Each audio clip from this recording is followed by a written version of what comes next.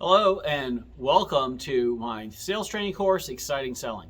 So why do I call it exciting selling? And that's the reason, and you'll hear this again later in the program, but nothing great was ever accomplished without enthusiasm.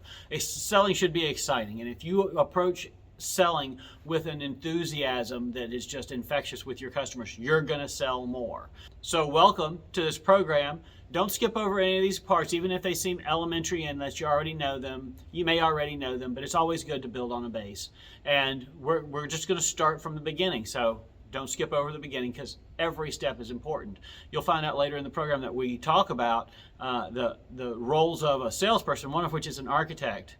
And how does an architect design a building? They design the building from the foundation up, and that's what we're doing here. We're designing a sales process from the foundation up. Don't skip any part of it. So the beginning, what is it? Start at the beginning.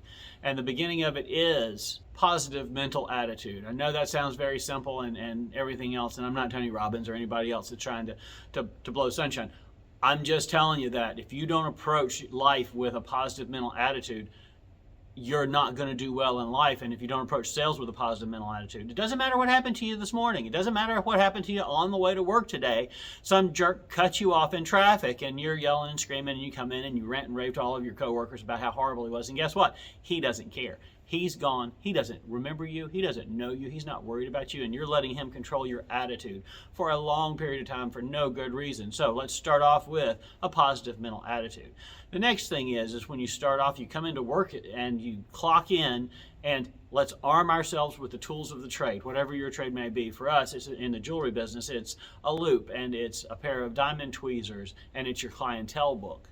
But whatever the tools of the trade may be, arm yourself immediately whenever you walk in the door. Get in that mindset, get your tools, and get ready to sell lots of merchandise to customers. The next thing is walk the store. Walk your facility of where you are if you have a physical product that you're selling, and look around. Did something new come in while you were gone? Did something get sold while you were gone? Did something get redisplayed and moved to a different area of your store or your location? Check out the lay of the land and figure out where everything is. So when that customer comes in and they ask for something and something specific and you know you have it, you're sure you still have it, and you're sure it's still in the same spot, because nothing looks less professional than trying to walk a customer over to a product that doesn't exist.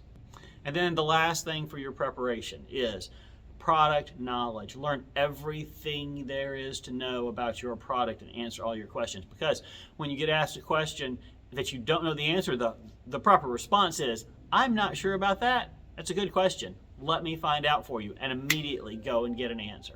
There's no shame in not knowing the answer to a question when somebody asks, as long as you're honest and upfront with them to start with and get the right information for them. And then the next time that question's asked, you'll know it. But if you spent the next 30 days learning everything you could learn about your products, you would be ahead of most people in your industry, because a lot of people have this fake it till you make it mentality, which doesn't work. If you're approaching your industry with a fake it till you make it mentality, take a step back and regroup. It's not a winning strategy. It's not going to work. Don't fake it, because people can see through falsehoods. We're at the beginning. And what is the beginning? First of all, is a positive mental attitude every time you start out your day. The next one is prepare yourself when you show up to work. The next one is know what you have in your location, in your store, in your facility, and whatever it is that you sell as a product. And the last one is product knowledge. Master those, you're well on your way to being a sales professional. I look forward to you seeing me in the next module where we talk about greeting the customer, which is hugely important.